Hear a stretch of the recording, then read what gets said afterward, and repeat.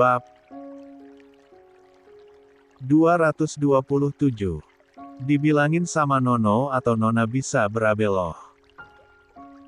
Ujar Gibran membuat pamannya itu was-was sekarang. If bukan tukang ngadu ya. Siapa tahu? Jawab Gibran. Ziko menelan salivanya kasar, terbayang kalau orang tuanya tahu dia menjahili sama adik bisa-bisa diamuk oleh Fernando Jose dan juga Rosalinda. Cukup azam saja, sang abang yang merasakan pahitnya pinjam uang sana-sini karena ATM-nya diblokir, jangan sampai Ziko juga mendapatkan perlakuan yang sama. If, bontot, boto intan payung, kaulah jiwaku kaulah ragaku balik sini. Si Wahyunya mateng. Noh. Rupanya bukan Evelyn yang datang melainkan Zidan.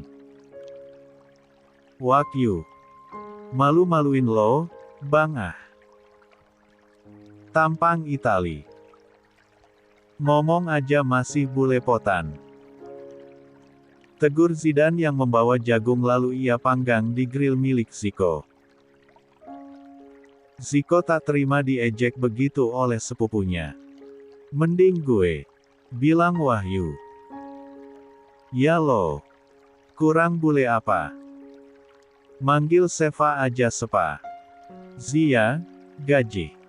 Syahrul Khan aja, Syahrul Khan. Ejek Ziko pada Zidan. Gibran hanya menjadi saksi kenakalan keduanya.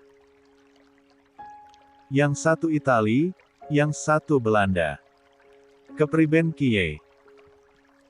Nyong pilih mana? Ah, Belanda aelah ya. Kan Itali ora masuk Piala Dunia. Tak lama, seluruh anggota keluarga pun berjalan menuju taman belakang. Fokus Gibran bukan pada sepupunya yang baru pulang dari India. Namun, pada syal yang melilit di lehernya. Guess. Apa? Kompak Zidan dan Ziko. 92. Anu, Nyong kok jadi bertanya-tanya ya? Bertanya-tanya apaan? Nyong perhatikan, setiap abis menikah, kok keluarga kita selalu pakai syal ya? Otomatis pandangan Zidan dan juga Ziko tertuju pada Azam yang malam ini mengenakan syal di lehernya. Mereka mengingat persis seperti Mahawira ketika baru pulang dari hotel. Iya. Apa iya? Abang masuk angin juga? Tanya Ziko.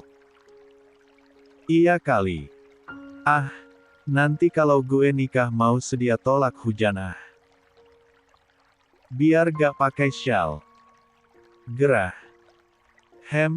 Kalau Zidan sih gak bakalan pakai syal. Paling juga bojone yang masuk angin. Dikerokin leher. Nya. Tawa Ziko dan Gibran pecah kembali. Kali ini, korbannya adalah Zidan. Entah siapa besok yang mereka kerjai. Pemuda-pemuda harapan bangsa lagi pada di sini. Sapa Bayu. Iya opa. Jawab Ziko, Gibran dan Zidan berbarengan. Nampak seluruh anggota keluarga datang kecuali pasangan pengantin baru yang sekarang berada di Surabaya.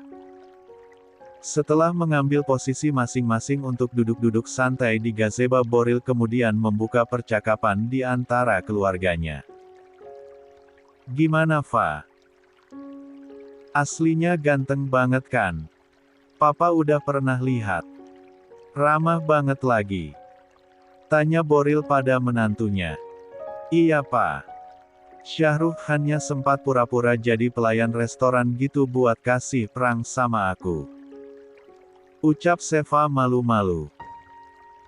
Membuat Han yang lain tak selera ikut nimbrung dalam acara pertemuan keluarga yang ujung-ujungnya akan menjadi lomba bully membuli. Kalau sudah begini sudah pasti ketahuan kan siapa pemenangnya. Kalau bukan sang papa, Boril, pasti anaknya Sultan Brebes.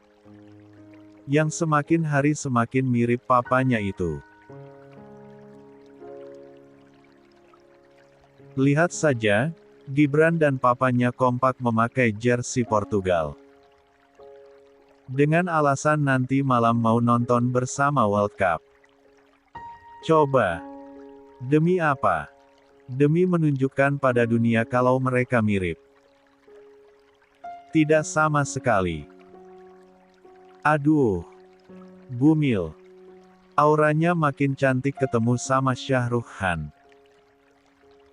Oma nonton loh yang acara kamu ketemu sama Shah Rukh Khan itu reality show-nya. Iya Oma. Tanya Seva antusias. Iya, Oma sampai hafal kata-katanya.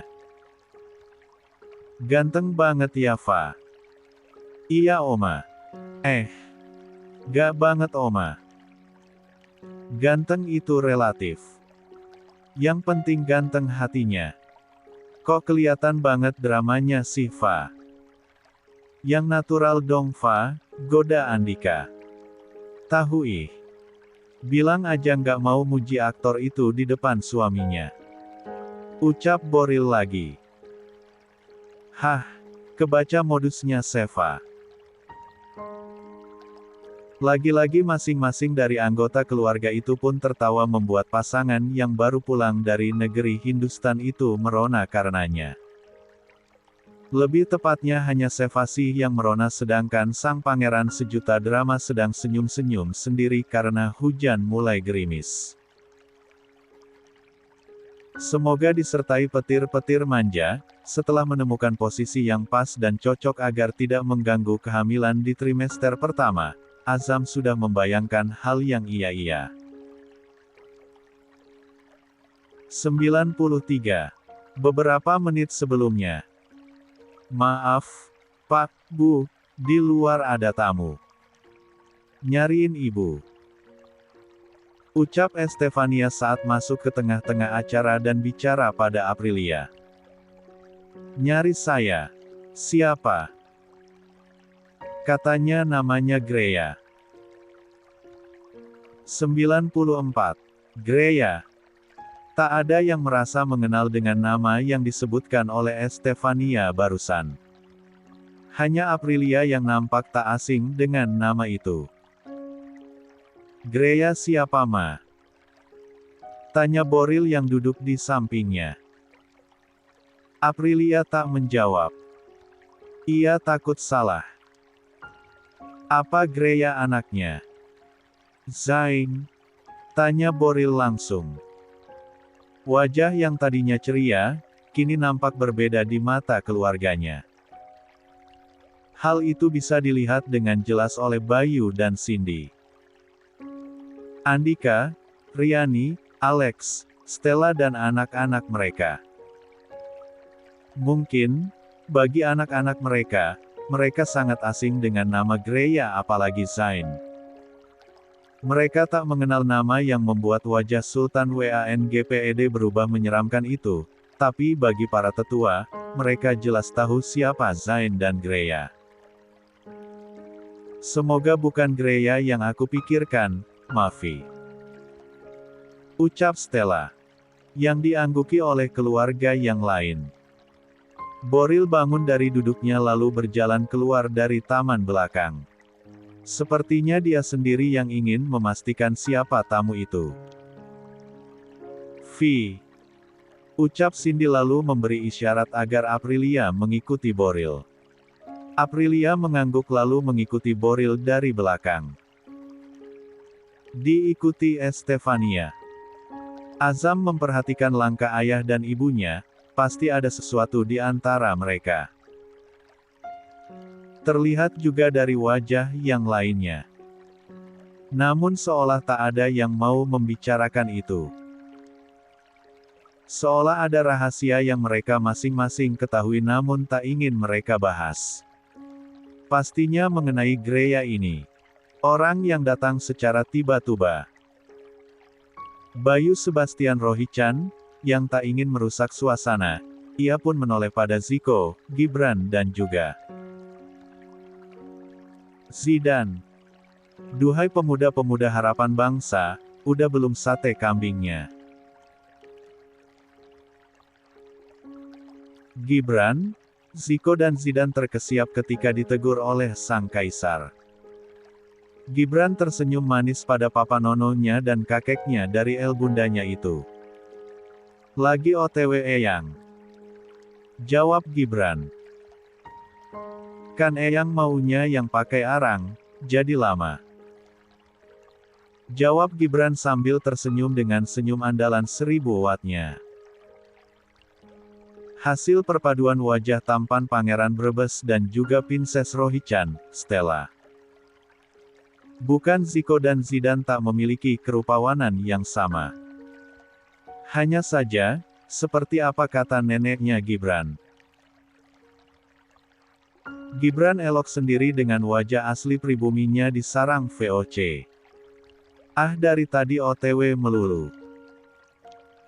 Yang ngipasin 3 orang.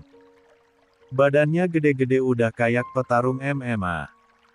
Tapi cuma ngipasin sate aja lama banget matengnya. Sejak kapan Eyang Bayu Rohichan cosplay jadi Nono Boril begini? Membuat para pemuda-pemuda harapan bangsa itu jadi malu karenanya. Iya. OTW mulu. Ngomong sama ember. Nah, kalau Nyonya Rohichan senior ini sudah bicara, sudahlah. Mereka pun sekuat tenaga mengipasi sate kambing pesanan Bayu yang dipesan dibakar menggunakan 95 arang. Sampai saking semangatnya mengipasi. Uhuk. Mereka batuk terkena asapnya dan hal itu jadi bahan tertawaan seluruh keluarga. Kecuali Azam yang sedang duduk terdiam sambil menggenggam tangan istrinya erat di atas paha. Seva menoleh pada suaminya. Ia paham. Pasti ada yang dipikirkan oleh Azam hingga tak tenang seperti itu. Seva lalu mendekatkan wajahnya ke telinga Azam untuk berbisik. Agar tak terdengar oleh anggota yang lain. Mau ikuti papa sama mama? Ketemu sama Greya itu? Tanya Seva yang membuat Azam terkejut. Dari mana istrinya tahu pikirannya? Sedangkan ia belum memberitahu sang istri. Seva tersenyum lalu menarik tangan suaminya agar bangun dan segera masuk ke dalam. Udah, fokus aja ngipas. Ucap Zidan pada Zico dan Gibran. Jadi abang enak banget ya. Bebas disuruh-suruh. Cuma duduk manis terus sekarang, balik menanding ke kamarnya.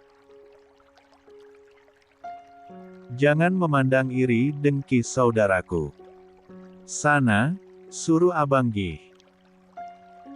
Berani gak? Tanya Zidan. Yang dijawab gelengan kepala oleh Gibran dan Zico. Satenya mateng below 0 meter. Duh. Kekek. Seorang gadis tengah menjalin kedua tangannya di atas pangkuan ketika Boril diikuti Aprilia menemui gadis cantik. Itu. Greya yang merasa ada yang datang, lalu menoleh pada Boril dan Aprilia. Ia bangun dari duduknya dan tersenyum pada keduanya dengan netra berkaca-kaca. Mama. Aprilia menghentikan langkahnya. Begitu juga dengan Boril. Rupanya benar. Belasan tahun telah berlalu namun pasangan Fernando Jose dan Rosalinda ini tak melupakan siapa itu Greya. Kenapa kamu kemari? Tanya Boril tenang, namun pertanyaannya itu sanggup membuat Greya takut bahkan ia hampir tak bisa bicara. Sejak dulu, ia selalu takut pada suami Aprilia. Ia pernah bertemu di kelas TK pada saat itu. Wajahnya belum berubah. Sama seperti yang sering Grand lihat di TV oleh sekarang beberapa hal lahir rambutnya mulai memutih. Jenggot tebal dan kumis yang menutupi sebagian wajahnya, membuat Boril memang semenakutkan itu di mata Greya. Kenapa diam? Lagi, Greya tersentak. Pasti ada alasan kenapa datang kemari kan? Kenapa? Disuruh ayah kamu? Bukan. Papa. Gak tahu saya kemari om. Saya, Greya lalu menoleh ke arah Aprilia. Saya hanya mau ketemu sama mama. Meski Greya adalah anak dari orang yang pernah hampir melecehkannya, namun Aprilia tetap merasa kasihan pada anak itu. Lah korban dari asuhan ayahnya yang tak benar. Aprilia maju untuk melangkah menuju Greya, namun Boril menahannya. Ia pegang lengan Aprilia dan lalu berjalan bersama ke arah Greya. Greya menangis. Bisa melihat dengan dekat lagi mama kesayangannya. Biasanya, Greya yang takut. 96. Mendapat penolakan jika datang ke istana Rohichan ini, hanya akan cukup puas memandangi dari layar TV-nya. Karena sesekali wanita berdarah Italia itu akan tampil bersama dengan suaminya untuk mempromosikan online shop milik mereka. Walau beberapa tahun ini sudah tidak eksis lagi karena digantikan oleh Azam. Aprilia dan Boril sudah sampai beberapa langkah di depan Greya. Greya masih terisak. Ia menahan kerinduan yang selalu dia pendam selama beberapa tahun ini, namun akhirnya Greya pun memutuskan untuk menemui Aprilia setelah dia mendengar apa yang Alea katakan waktu di rumahnya kemarin. Ma, boleh? Aku peluk mama. Izinnya dengan terbata. Aku kangen ma. Aprilia yang melihat Greya ikut terharu lalu menganggukkan kepalanya. Greya tersenyum senang. Namun, pada saat akan memeluknya, suara tegasnya membuat Greya terdiam. Jangan coba-coba peluk istri saya. Tak hanya Greya dan Aprilia yang terkejut, namun begitu juga dengan Azam dan juga Seva yang sudah sampai di ruang tengah untuk melihat mereka. Kamu memanfaatkan kebaikan istri saya lagi. Kamu tahu kalau istri saya mudah sekali luluh hatinya pada air mata dan seperti drama kamu waktu kecil lagi bersama dengan ayahmu, kamu ingin Aprilia menjadi mamamu lagi ya? Apakah papamu sekarang sudah bebas jadi penjara dan berniat mengambil istri saya lagi? Azam dan Seva lagi berpandangan. Siapa Greya? Kenapa papa mereka terlihat sangat marah padanya? Aprilia memang terenyuh melihat Greya yang sudah berubah jadi gadis cantik sekarang. Namun, benar apa kata Boril? Kebaikannya akan mudah dimanfaatkan orang. Ada apa Greya? Tanya Aprilia yang berusaha selalu menjaga hati suaminya. Boril masih sangat membenci Greya. Terutama papanya, Zain. Greya tersenyum getir pada Aprilia. Aku mau tanya ma, apakah Azam itu anak mama? Sekarang, giliran Seva yang tak terima. Kenapa Greya bertanya tentang suaminya? Iya, Azam anak saya. Kenapa Greya? Dengan menimang-nimang sesuatu yang dirasa penting, akhirnya Greya pun membuka suaranya. Walau di tengah tatapan tak suka dari Boril yang mengintimidasinya. Ini. Ma, Azam, ada perempuan yang akan minta pertanggungjawabannya. Sudah awal bulan ya, rencana aku mau bikin L00 bab untuk kisah Azam ini. Tapi jika sepi peminatnya, maka aku cut sampai di sini. Hatur nuhun, salam sayang, Ayamoy. 97.